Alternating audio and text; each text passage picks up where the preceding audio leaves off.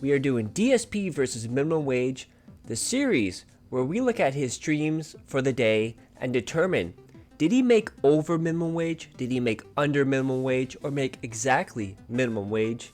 Because he says tips are the liquidity of his business. They're what keeps everything going. We all know it's for WWE champions, but of course, Phil will never admit that.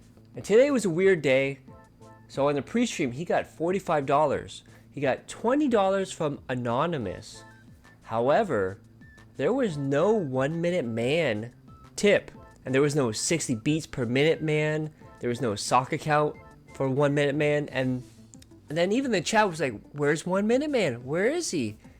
And Phil, being detached from reality, says, don't worry guys, don't freak out that 1 minute man hasn't tipped yet. Don't freak out. Why would they freak out about you not getting money, Phil? You live in this warped sense of reality and it's going to come crashing down very soon. Then we get to BG3, where he had his quote-unquote bug-filled day.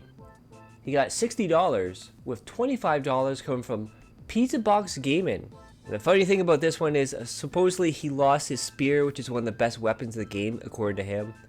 This might be set up a rage quit to possibly play the new games and put this on hiatus. And then we get to Like a Dragon. He got $8 for the entire stream and $8 from Some Hero, which he was asking the same questions Kirk asked, same tip amounts. Funny how that is. And all of a sudden, Better Call Death Mall, not in the chat, not tipping, but Some Hero is. And then he went on a freak storm here. So at first he's like, oh, this is my guilty pleasure, I don't care if I make money. And then he made a joke about, hey guys, isn't it funny that this game is called Infinite Wealth and I don't get any money from this and this is my lowest supported stream? Ha ha ha, isn't that so funny? And then he left, came back, he's like, oh guys, I'm just joking, but you can see how funny it is that I'm not getting money, right? He is so up his own ass about money. So for the day, he made $113.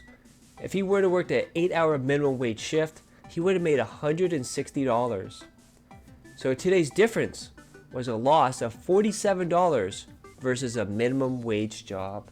So that brings us to our DSP versus minimum wage daily count, where we look at the days for the year and we determine how many days this year he's been over minimum wage, how many days he's been under minimum wage, and how many days he's made exactly minimum wage. So we have 37 days where he's been over minimum wage, and we now have 34 days where he's been under minimum wage, and we have 2 days where he made exactly minimum wage.